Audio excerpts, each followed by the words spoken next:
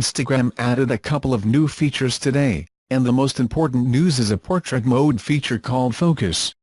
The application also has a new way of mentioning other users in the stories with a sticker. The Focus mode is basically Instagram's vision of the portrait mode that appears on each new smartphone.